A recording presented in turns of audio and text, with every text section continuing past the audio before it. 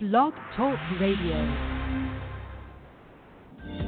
Welcome to the Nonprofit Coach with Ted Hart. Since 2010, the most listened to radio show in the nonprofit sector dedicated to helping your charity succeed. It's no secret that combining online and offline techniques is the key to fundraising success, and practical nonprofit management advice is what you need. The Nonprofit Coach with Ted Hart is the perfect landing point to learn from top experts around the world who provide advice you can use. Ted Hart is without a doubt one of the foremost nonprofit thought leaders. Also a successful author, his books range from successful online fundraising to expert nonprofit management. Guests on the Nonprofit Coach are leaders in their field who share their insider tips and trade secrets in a conversational style both the experienced and novice will benefit from. Ted lectures around the world, but now he's here for you. From the latest in charity news, technology, fundraising, and social networking, Ted and his guests help you and your organization move to greater levels of efficiency and fundraising success. This is a live call-in show. Add your voice by calling 347-324-3080. After the show, you can find all our podcasts at tedhart.com. Click on the radio links. Don't forget to dial 347-324-3080. Now, welcome the host of the Nonprofit Coach, Ted Hart. And welcome here to this latest edition of the Nonprofit Coach. Welcome to the Happy Holidays edition of the Nonprofit Coach. Of course, our annual every year expert that we have here on our holiday show is Sprinkel Grace, always one of the most popular shows of the year, so we can't wait to get to page 2. As our announcer mentioned, you can call in and ask questions when we get to the page 2 expert for today. You can also email me if you would like over at tedhart@tedhart.com. We're also live casting over on Facebook, so feel free to follow us over at facebook.com/Ted Hart. And with that, it's time to get over to page 1.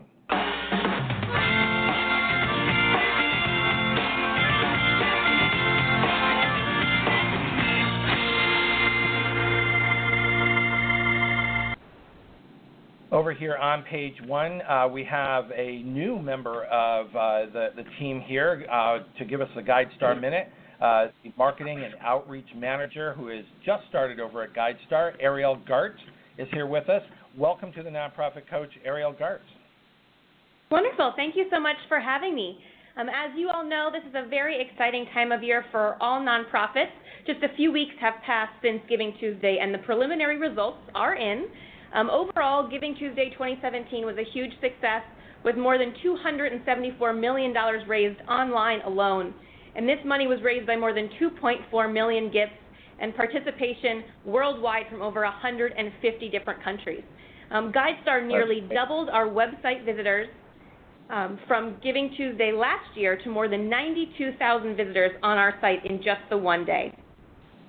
That's terrific. What do you attribute that to? A greater interest in transparency and being able to independently review charities before you make a gift?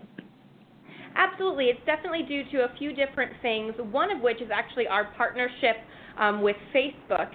They referred more than 53,000 visitors from their website to our website on Giving Tuesday alone. And this is really exciting because it means a couple of things. One is that we're getting more nonprofit information in front of people where they already are. And two, that doing so has resulted not just in increased giving, but more educated giving as well. That's terrific. What else is in the GuideStar Minute? Absolutely.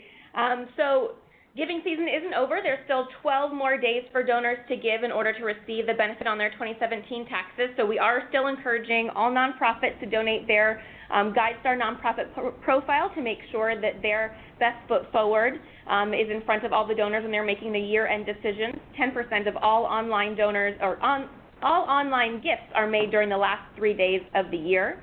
And we're also really excited that Facebook has made an announcement that they are eliminating nonprofit fees, meaning that 100% of donations made through Facebook payments are now going directly to those organizations. So it's been a great last couple of weeks for us all at GuideStar and for everyone in the nonprofit sector, and we're really looking forward to everything in our pipeline in 2018. That's terrific. Well, that's great news, and certainly a reason why nonprofit organizations need to keep their information on GuideStar updated. We'll just remind our listeners that here on the Nonprofit Coach, we have for many years supported and promoted GuideStar because in our 6 pillars for online success, GuideStar ranks number 2, right behind a very strong website and social media presence for your nonprofit organization. It's GuideStar, and completing your GuideStar profile and keeping that up to date. Any other updates, Ariel? We're just really excited for 2018. We will be releasing a report on the financial health of nonprofits across the country, which is very similar to the report that we did specifically for Philadelphia this year. And we're also hosting a nonprofit Winter Games, which is kind of a fun and exciting competition to encourage nonprofits to update their profile. So just stay tuned for all kinds of announcements coming out of GuideStar in the beginning of the year. Terrific. Well, and we know that GuideStar will be back with their GuideStar Minute in January to give us update and to make sure that all of our listeners know how they can participate in the GuideStar Winter Games. That is terrific update. And Ariel, you did a great job for your first time here on the Nonprofit Coach. Happy holidays. Happy holidays. Thank you. Thank you. And that's Ariel Gart. She's the Marketing and Outreach Manager now over at GuideStar.org. With that, it is time to get on over to page 2.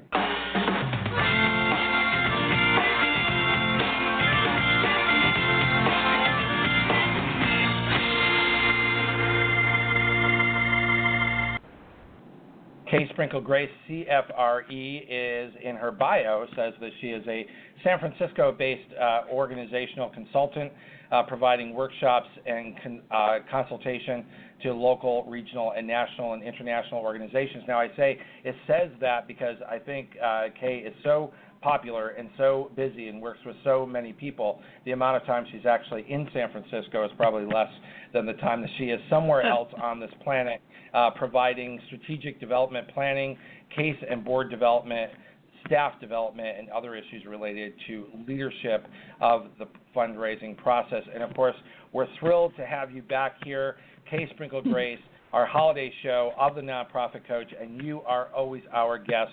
Welcome back. Thank you, Ted.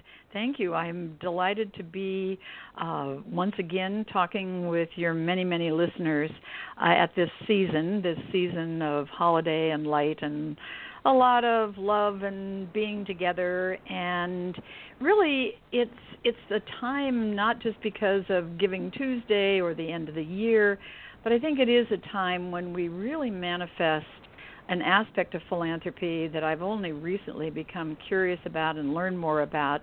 It actually comes from our friend Paul Shervish, who advanced the idea that that philanthropists are really caregivers, that we care about our communities and that people give because they care, and then they keep giving because they care, and because we care about them. And so I've been thinking about that, and it converged in my mind with something else that I've been thinking about very, very much this year, and that is that we need to probably start thinking of ourselves less as a philanthropy sector and more of a philanthropy movement, because what we're seeing out in our communities is that everybody's getting on the philanthropy bandwagon, and whether it's starting their own organizations, whether it's the proliferation of B Corps, whether it is divisions within corporations, and you know that, Ted, from the variety of organizations you work with, that people are thinking, how can I make my community stronger? Who can I partner with? And I believe, in terms of what the greatest gift we can give from our experience as a sector, is to say, hey, look at us. We have the experience, we have the integrity, we have the trust of the community, we have all these things. Let us lead you. Let us lead a movement that will be inclusive. And you know what's really ironic, and because of your global work you see it as well, is that it's much more collaborative in other parts of the world. And I've worked with a wonderful woman in Serbia the last couple of years, and what their foundation has done, the Divac Foundation, they have mobilized corporations, individuals, foundations, associations, and they've said, what are the problems we need to solve? And one of the biggest ones they tackled were the schools in Serbia, which were very, very underfunded. The infrastructure was simply horrifying in some of them, Turkish toilets and no running water. And they mobilized together, and they solved it with the leadership that the Divac Foundation provides.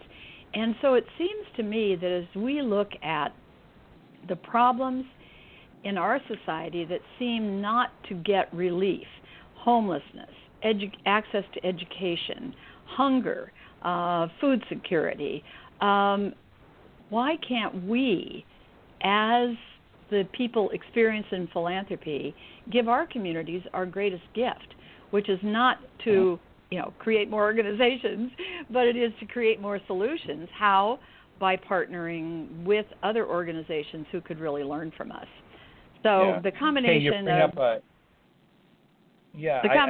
Service's idea, with the caregiving, and then this. So what do you think? Well, I love that, and what I wanted to do is just for our audience, just tee up because you always have your finger on the pulse of what's happening in philanthropy, and then tying that back to our listeners in terms of why does this matter? And I love this idea of a movement. So I just want to share with you sort of the descriptor for today to give context to this discussion for our listeners today. So the topic here is what is our greatest gift? And again, this is a terrific time of year to be addressing this issue. As more and more organizations become involved in philanthropic activity in our communities, what is the gift that the philanthropic sector can give to all who would like to solve our societal issues or enrich the human experience through arts, culture, and humanity?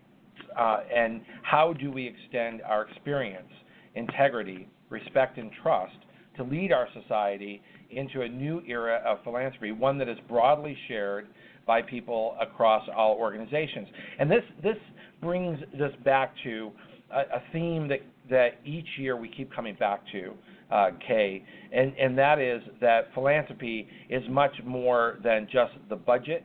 It is much more than just needing to fundraise to a goal. It's much more than the buildings that are built for the services that are provided, but it comes back to this human element. And I love and appreciate how you're bringing us back to, for all of our listeners, yes, you have budgets that you have to meet and you need to fundraise to meet those budgets.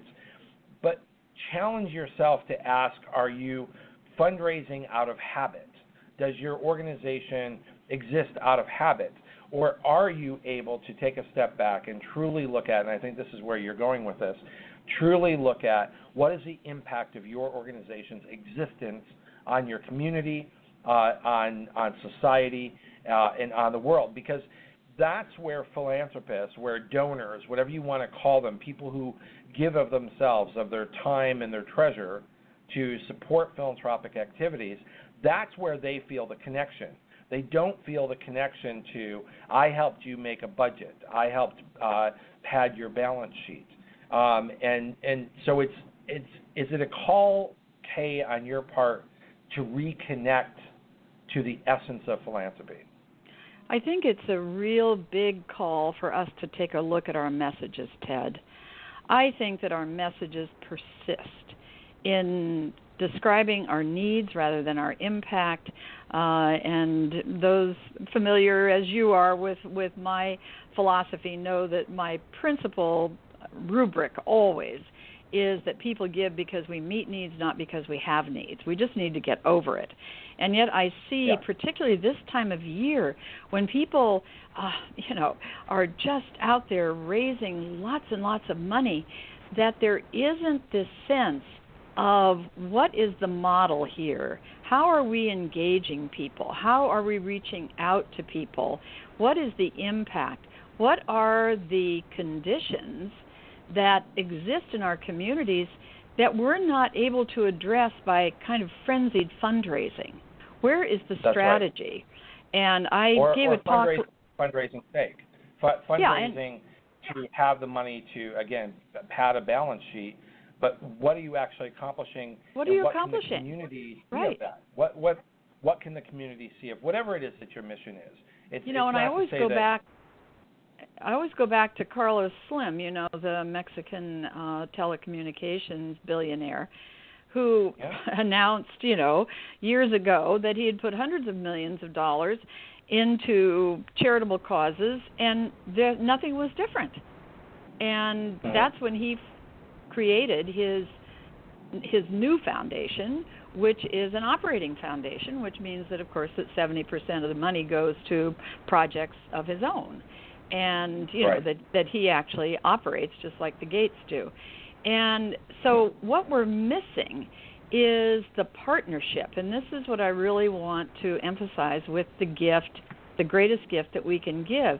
The greatest gift that we can give is to reach out across sectors and say, come and sit with us and think about how we're going to solve these issues in our community.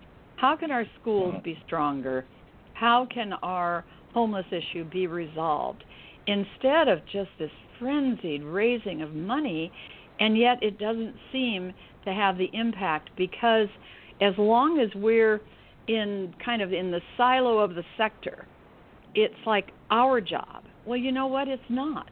It is the community's job, and we should be leading it. And I'm working on a little book on this. I don't know if it's going to be a book or a blog or what, but I've done some diagrams with it, and it just seems to me that the more we expand, the greater the impact, and the larger the dream is that we can really put forth into the community. But we can't do it alone. At the same time, we're the best ones to lead the way because we've had, hundreds of years of practice in formal philanthropy here, particularly in the U.S. Yeah. And to be truthful, honest brokers in that process. And we've discussed, if we wind back several of our shows, one of the concepts that you and I have squarely put on the table, and I really would like to see this become more of a discussion, is the role of development professionals, fundraisers, nonprofits, staff people, as sort of the donor's advocate. Because I think part of what we're seeing in our industry, and I think for some folks in our industry, it continues to be a mystery and potentially even sort of an irritant, is the rapid growth of donor-advised funds. What is behind people wanting to give through donor-advised funds? Because they don't have to. There's no added benefit in terms of a bigger tax deduction or anything of that sort. But people, families, philanthropists, smaller donors are beating a path to donor-advised funds, and I think it is in part because they desire to have professional advisors who can help them advise where that money should go, where they can have impact, that they can be thoughtful about their giving, that they might actually save money for a couple of years to make a big gift later and to have more impact. And one of the other messages that we continue to hear here at CAF America, where we host donor-advised funds here, is that donors want the opportunity to have impact on the ground. And they're not looking for a lot of that money to be eaten up by sort of administrative costs. So what they have found in donor-advised funds is a low-cost way to essentially share the services with other philanthropists so that they have ready expert advice available to them, where they might individually not be able to hire their own advisors or even find good advisors. They're able to turn to whichever donor-advised fund they're working with and find that expertise. So I think that ties back to your call for being an honest broker, for providing that kind of service, and being true to philanthropy. in that we're here to provide service to the philanthropists. And I don't think we see ours. It's the absence of the sense of partnership. We still look upon giving as a transaction instead of a transformation. Right. The transformation is that I become your partner. When I invest in you, I become your partner. Last week I spoke to Silicon Valley AFP chapter. We had over 100 people, and it was an amazing turnout. And my topic was planned giving in an era of instant gratification. So how do you get donors to think long term? And here again I said, look at your messages. Your annual messages are all about urgency, urgent need for money, urgent need to make your budget, urgent need for this, this, and this.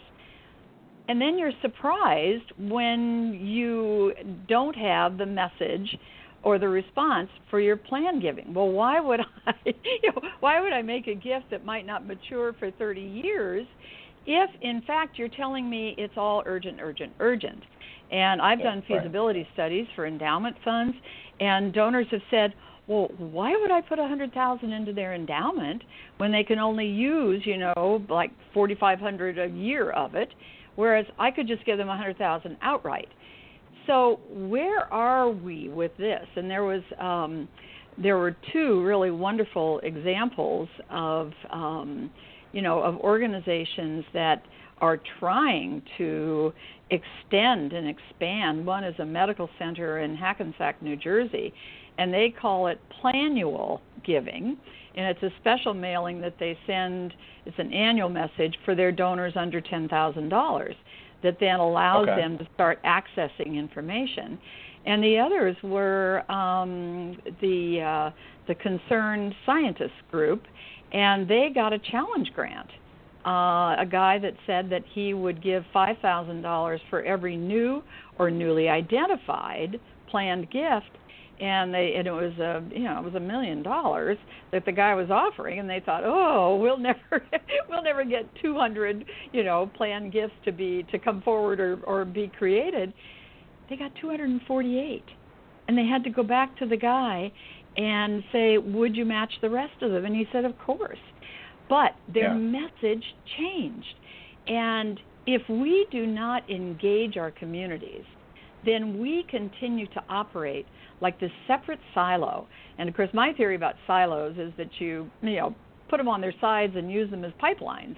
And I would like to see our sector as it is become a pipeline into our community, where we are involved with a lot more organizations outside of philanthropy, where we are carrying the message of philanthropy, that voluntary giving, asking, joining, and serving, that voluntary expression of shared values. Yes, I care about education. How can my corporation, how can my business, how can we become engaged? And I think that is the gift that we offer. Ted, we've been doing this for a long time in our country.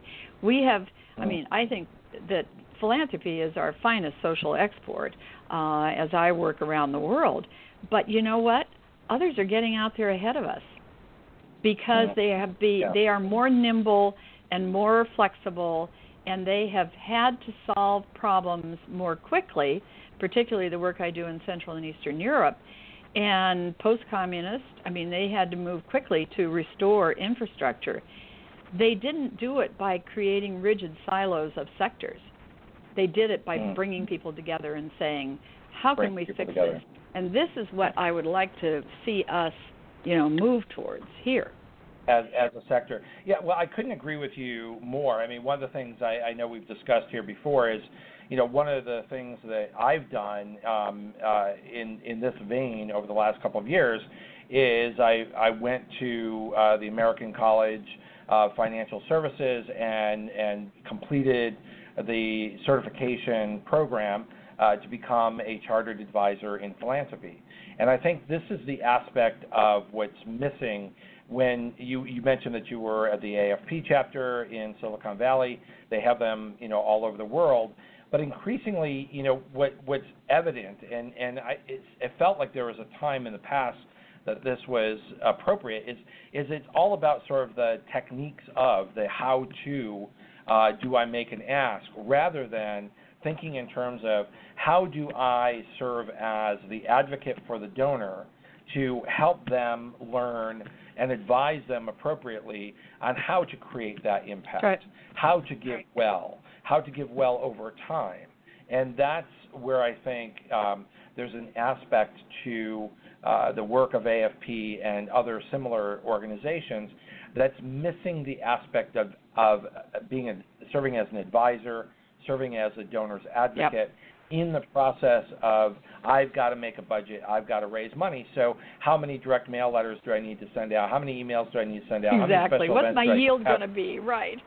Right, which becomes all about the tactics and That's right. the timetable and schedule, and there are a lot of people that are very smart, that are very good at what they do in this sector, that still miss the opportunity to take a step back and say, but how would I properly advise those donors? Right, and I think that anybody who has not had the pleasure of reading Charlie Collier's book, Wealth and Families, if you can get your hands on it. Yeah. Charlie was the principal gift advisor at Harvard, and Charlie, goes through a whole sequence of things that he explores with families when he would be talking about them, and that wealth is not just measured by their capital, their available capital. It is, yes, financial wealth, but it's also, human capital, and it's intellectual capital, and what are the things that people value, and really getting them to understand that you care deeply. It gets back to our role as caregivers. You care deeply. That's right. And this whole thing about are we mechanics or are we artists really resonates with me. And about a year and a half ago, I had a meeting with the head of the fundraising school, and he just kind of asked me, what my observations were, and I said exactly what you're saying. I said I'm concerned that we need to really work on the soft skills. And so he responded immediately, and the Indiana University Fundraising School leadership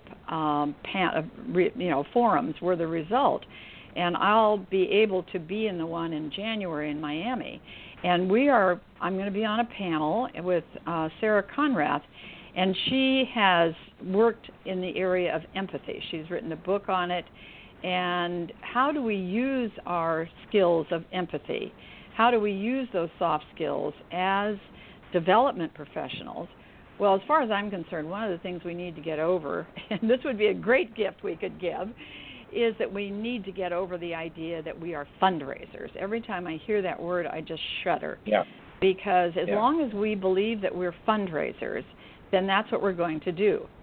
But if we believe that we are development professionals, then we will be developing relationships. We will be developing donors.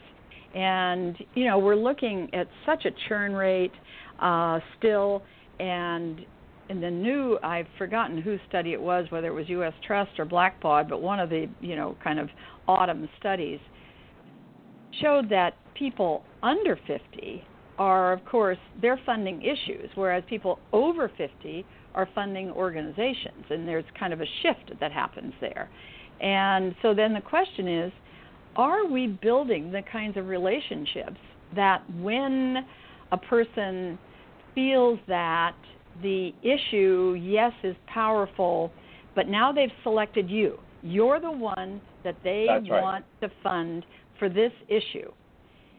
Are we then developing these relationships, or do we continue to be, I think, quite cavalier about just accepting people's money and then just not paying attention to them? It gets back to my transactional giving diagram that I've been using for decades. It's like a bell curve, and the solicitation's at the top, and everything after the solicitation is just, oh, God, let's get this person in the donor database, and let's just leave them there until we need more money. And that's not our gift. That's not the gift we should be giving. Exactly, and that's I think that's where we go wrong as a sector. Is first of all seeing donors as a paycheck, as that's right, or an ATM. One woman said she felt like an ATM. Exactly. Because what we're thinking of is the transaction of, okay, I got the gift, and then thank you very much, but then I'm on to the next ATM transaction because I need the next. And it's not to say that nonprofits don't need to do that, but it's a context in which you understand that there's a relationship there, that the donor is looking, and we've said this before, that my view of philanthropy is that the things that you do as a nonprofit are things that your donors want to have happen. They want children to be educated. They want clean water. They want trees planted. They want whatever it is that you're doing to happen. And in fact, if they have the opportunity to drop everything and go and feed that child themselves, plant that tree themselves, clean that beach themselves, then they would, or ideally they would like to. But in lieu of doing that, what they're doing is paying you to ensure that the things in society that they want to have happen are in fact going to be done, and that they're going to be done by people that they trust and people that can actually accomplish that. And that's sort of the value proposition of philanthropy. It's not you have a budget and you have to pay your staff and pay your rent, and so I'm going to give you money to help make that happen. It's that I want the things that you stand for to happen, and here is money, go do that. So are we honoring the actual interaction of a person who wants something to happen and the impact that they desire to have happen? Or are we seeing them, as you said, as an ATM where, thank you very much, I'm now going to make my budget this year, I'll be back next year. Not to talk to you about what we accomplished, not to talk to you about the things that you just paid money to have happen, but because I'm going to need that money again. And by the way, I'll need more. I remember going to a woman in a feasibility study for an organization, and she said, I won't give to them again. She said, their last campaign, I gave to them for X, project in the campaign, and I never heard whether it got built or not. So I went back to the client, and I said, you got a problem here. And they said, oh, yeah, no, gosh, no, we built that program. We built we extended the clubhouse, and I said, well, why didn't you tell the person? Oh, they said, it took us so long to do it. We were kind of embarrassed. I mean, what is the matter? What is the matter? Yeah. It's just like you think, oh my gosh, you don't get it. One of the things that we're doing, I'm in a big campaign right now, and one of the things that we've been doing is sending out, a quarterly, one-screen newsletter with links, and it's got a great open rate. And, we're coming back, we're circling around now for second gifts, and it's been pretty easy because they're totally informed about what's happened with their first gift. And that's right. It really does make a difference. Connected. They feel connected, which, again, you made the case. You successfully made the case. You invited them in as a partner to say, together we will accomplish whatever. But were you genuine in saying that you're a partner in helping us accomplish that, or were you saying, just give me the check? Just give me the check, exactly. And please don't ask questions. And the outcome, what happens next, is going to tell the donor in a more real way than you telling them that you're going to do something, because they're paying attention to what kind of communication do I get back. Is the communication coming back to me in the form of a report update, but what it really is another ask for money? Okay, what do you think about relatives who only show up when they want money? Exactly. Are they the first ones that you think of inviting to your next party? Are they the first ones that you think of as caring about you? No, they don't care about you. They care about your bank account, and they tell you and show you every time. Well, what kind of friend are you as a nonprofit? I'm asking these questions, of course, rhetorically, but I think they're helpful for our listeners to focus on what kind of partner are you. and how are you providing that information back? Because time and time again, and just to let everyone know, over on Facebook, I've been posting a lot of the links that Kay and I have been talking about. Charlie Collier's book, I put a link up that, the American College of Financial Services, the Chartered Advisor in Philanthropy program, and it was the U.S. Trust report that you were referencing. Yeah, I think, philanthropic for individuals. So I posted a link to that. So the resources are available. They're there. Members of our community have been telling fundraisers and nonprofit organizations to focus on the relationship, to focus on solutions, and donors time and time again keep coming back through your direct interviews for various campaigns that you're involved with. Certainly the direct interaction that I have with our donors is that they're looking for impact. They're looking to know that when I give that $50,000, when I give that $1 million, and the partnership that I'm building with you is that things are going to happen. Did they actually happen? Well, and here's the irony. You know, everybody says, oh, yeah, it's all about impact. You know what, Ted? Yeah. It's always been about impact, but we called it making a difference. We know from the beginning of organized philanthropy that people gave to, quote, make a difference. All we've done is just switched in a 21st century word, impact, and we've got metrics and we've got measurements and all of that, and probably over-measured. I had a very lively discussion with a friend of mine the other day about that. Is it? There's a lot of things that can't be measured, but you can still sense that you're making a difference, and it's all in the stories that we tell. And what more elegant instrument of partnerships, relationships, philanthropy itself, caregiving, than to be able to tell the stories and to acquaint people. And as you said, take them with you on tours and to let them see the, how this all works. We did the most fabulous thing at the board meeting for this organization that's just hit the midpoint mark on its campaign, and it's not about a building. It's going to be about a building going forward, but this has all just been about, increasing staffing in certain areas, strengthening programming, and so we cooked up this terrific presentation for the board, where each of the program heads, the division heads, came in and did pretty jazzy videos and talked about, how they've been able to increase and improve all of their work because of the investment, most of which, of course, in a quiet phase, comes from the board. I mean, the board just was walking on air leaving that room. They had that sense that they were partners in this transformation. And they referred to this as a transformation.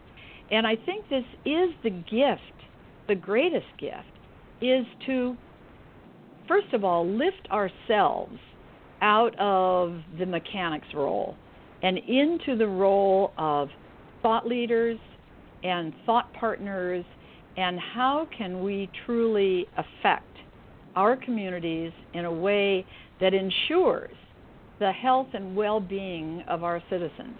How can we deal with food security issues? How can we deal with aging at home, aging in place? How can we deal with inadequate education? But we can be the leaders. And too often, Ted, I see that the nonprofit representative is kind of invited on, I guess we should have them come and sit around the table because, after all, they do Meals on Wheels, that kind of thing. Instead of saying, you know what, these people get it. They've been feeding these people. They know what it's about. Maybe together we could mobilize in this community so that we finally solve this issue. We serve problems, Ted. We don't solve them. Right. Well, that comes back to, again, another principle that you and I have sort of put out there that, needs a solution somewhere is, every single one of our listeners, every single nonprofit organization should be asking itself right now, do we exist out of habit or do we make a difference? That's right. And if we make a difference, how can we improve upon making a difference? And if we exist out of habit, should we stop doing that and maybe partner with another, merge with another? In other words, put the emphasis on the kind of impact and as you said, helping get things done in a community and being able to point to those topics. So that is our greatest gift. Kay, we're going to be right back after a very quick break. At that point, we'll have about 15, 16 minutes left. Okay.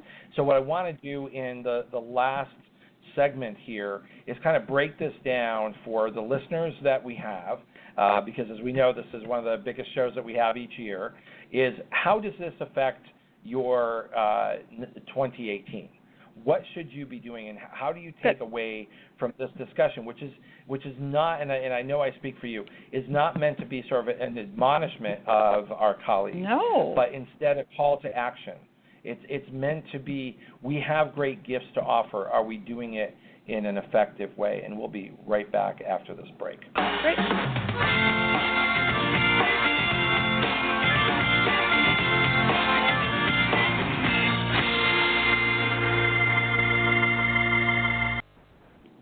Every day, millions of people are online, many of whom want to help, volunteer, and donate to a good cause. Nonprofit organizations can use many Google tools to reach potential donors around the world and raise more money. And as an approved nonprofit, it doesn't cost a thing. It's all free. Google Grants helps you promote your website with free advertising on Google.com through the AdWords program. With Google AdWords, you create ads and choose words or phrases related to your nonprofit organization.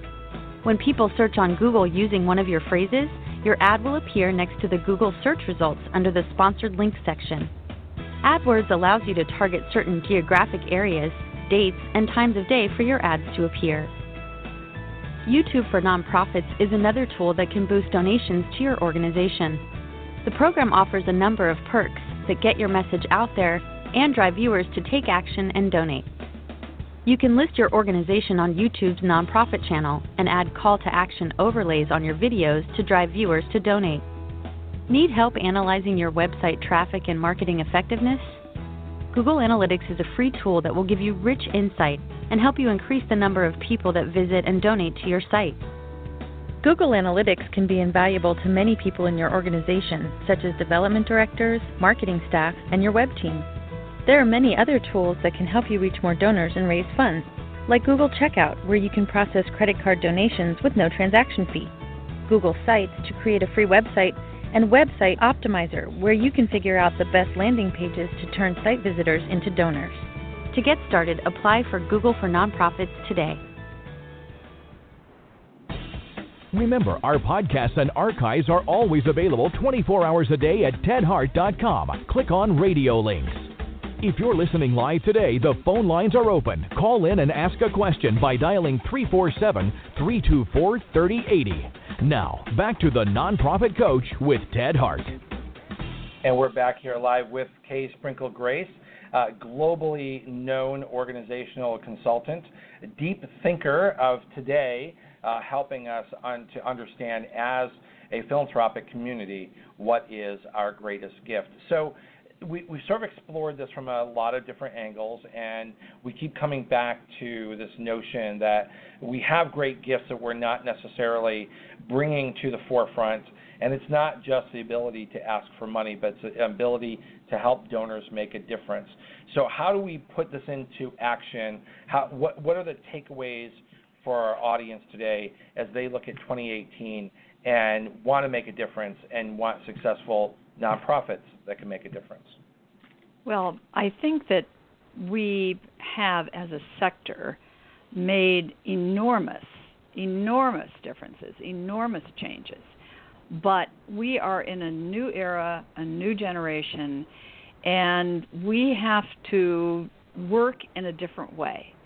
And I believe that the way that we can be effective, if you think about our sector and all of our organizations, all those of you who are out there listening, thinking about your organization, ask yourself this question: how much more powerful could we be in terms of changing our community or enriching our community if we had more partners, more donor partners, more affiliates, more people working with us, if we were collaborating intentionally with others who share the same mission. Because remember that mission isn't what you do. Mission is why you do what you do. It's the human or societal need that you're meeting. So therefore, there may be 6 or 7 organizations in your community that are basically focusing on the same mission area. What would happen if you got together?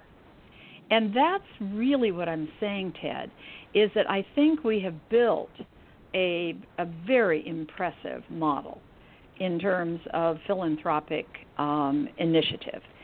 But what I feel now is it's time for us to be bold again and to say, you know what, we are really good at what we do.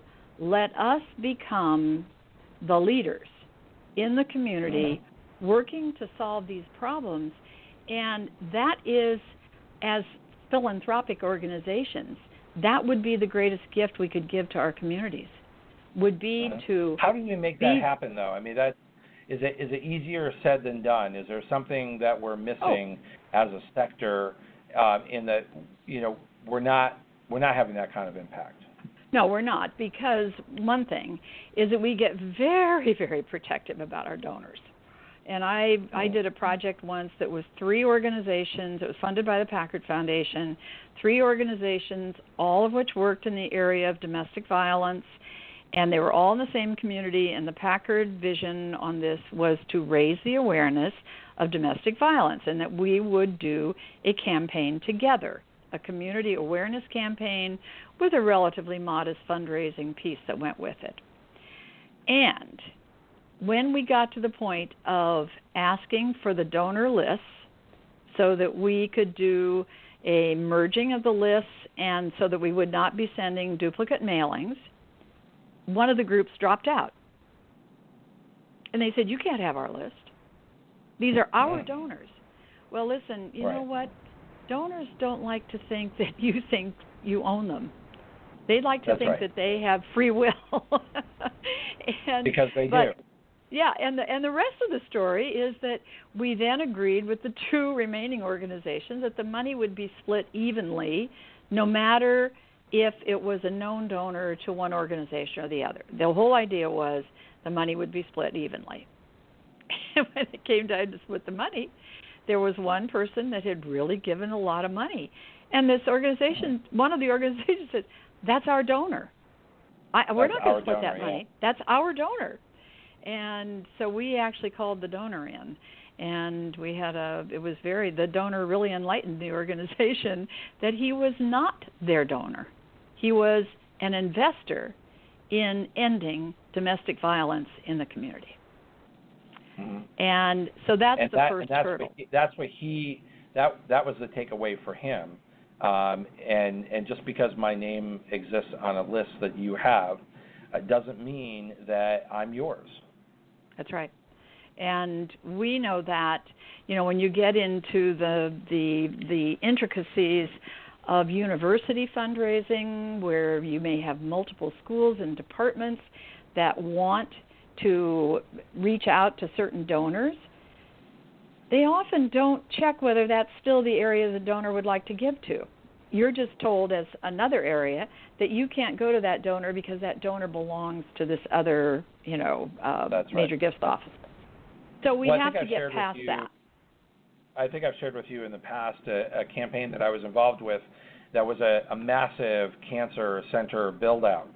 And the amount of money that needed to be raised was so large that it was sort of like all hands on deck, and sort of every donor needed to be tapped to give to this program. And we had a particular donor who, of course, very much supported the institution, wanted to be part of any initiative that was meaningful to that institution, and would have given, just a nominal gift to be part of that campaign to show support. But when we actually listened to this particular donor, what we learned and what we heard was that this guy's mother was very consequential in his life, that music was very important to her and to her life and his memories of her.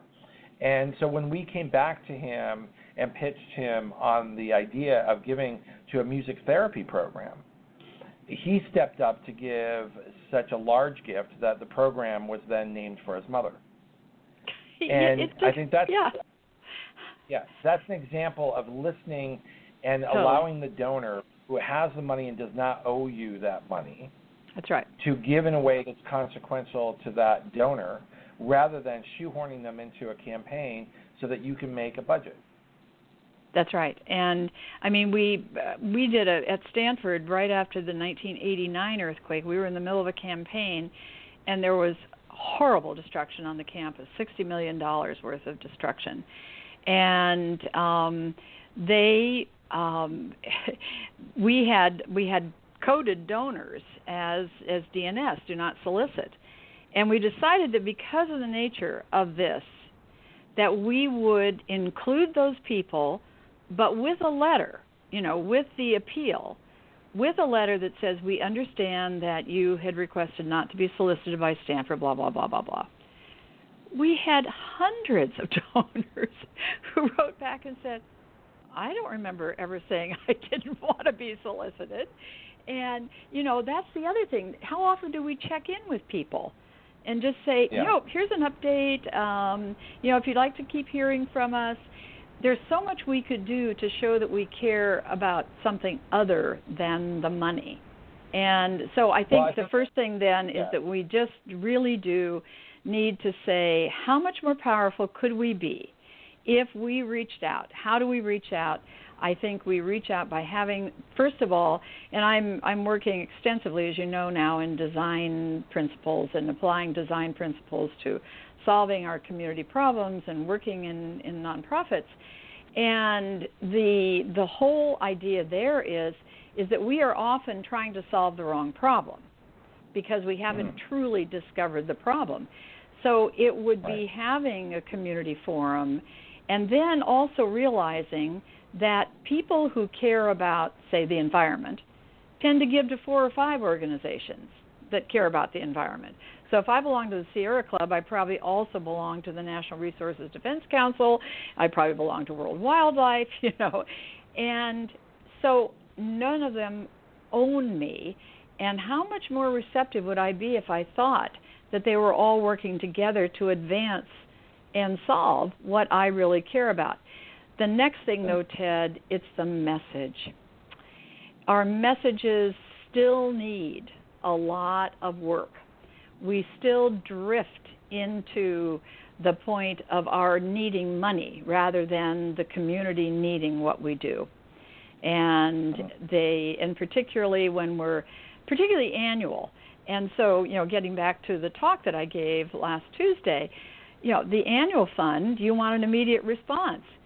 But then, and you use a little bit of desperation and urgency, but then all of a sudden you want me to make a bigger gift, a major gift, or a planned gift, and your message is completely different.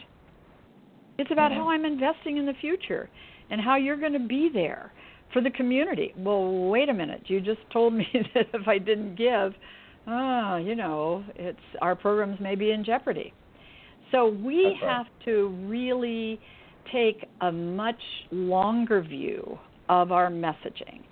So we need to reach out, we need to look at our messaging, we need to make sure that we don't get into this trap of owning donors, because otherwise we'll never be able to work together. And our gift is such that we could truly change the world. And we do it in many ways, in many places, but we could do even more if we would just realize how truly powerful we can be. That's right. Well, I think that the timing is interesting because one of the things that is, certainly taking a lot of interest here in Washington, D.C. is this new tax bill that seems to be rushing its way through Congress.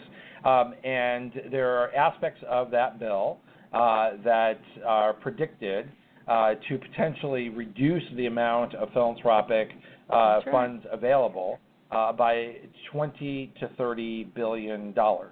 And so I think part of what we're talking about here today, and sort of as a way to wrap up and bring all this together, is that there's going to be less resources. There's going to be less money available. I think a lot of smaller nonprofits are particularly vulnerable because they rely on smaller donors. They may be the first ones to not give.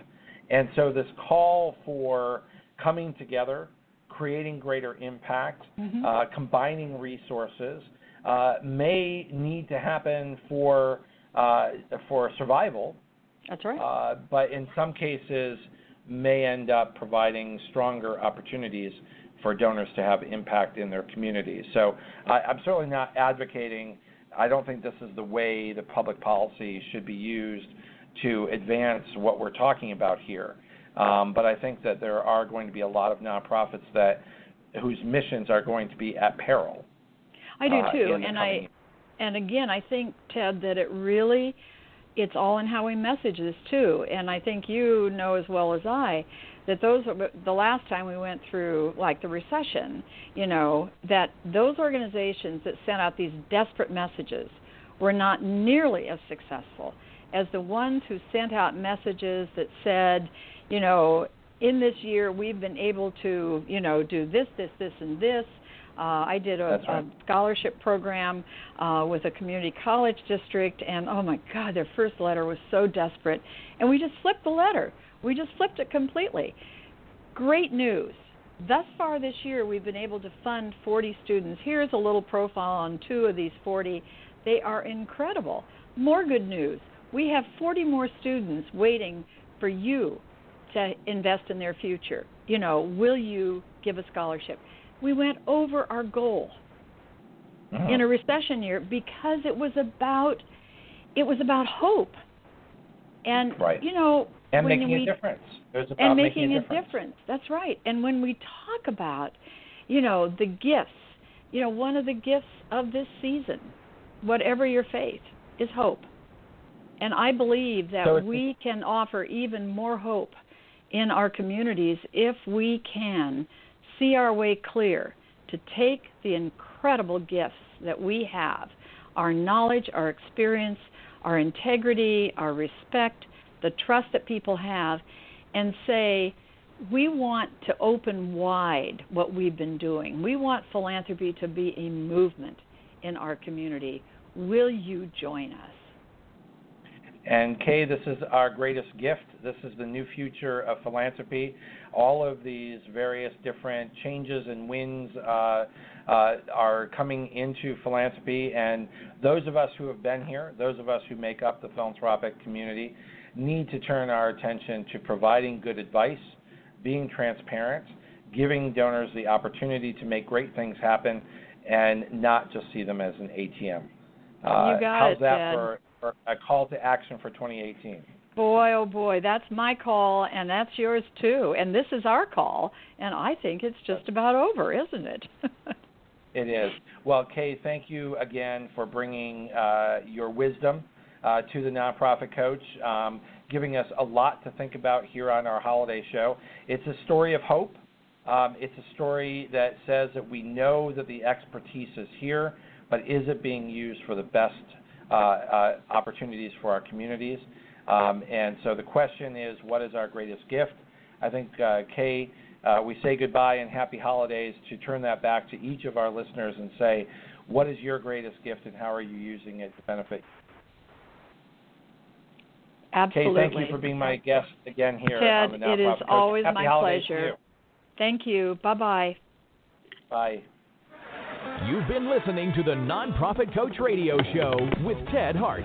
Tell all your friends to check out our production schedule and download. Have you Googled yourself lately? Are there negative posts from an ex-employee or from a former client? Maybe an outdated news article? Search engines don't always get it right. But right or wrong, it's your reputation on the line. That's where Reputation Defender by Norton comes in. Take control with Reputation Defender. Their cutting-edge approaches help you to wipe away unwanted information in your search results. They also promote the good stuff. You can start by getting your free reputation report card at reputationdefender.com or call 800-811-4975 to speak to an expert. Top reasons your career wants you to move to Ohio. So many amazing growth opportunities, high-paying jobs in technology, advanced manufacturing, engineering, life sciences, and more.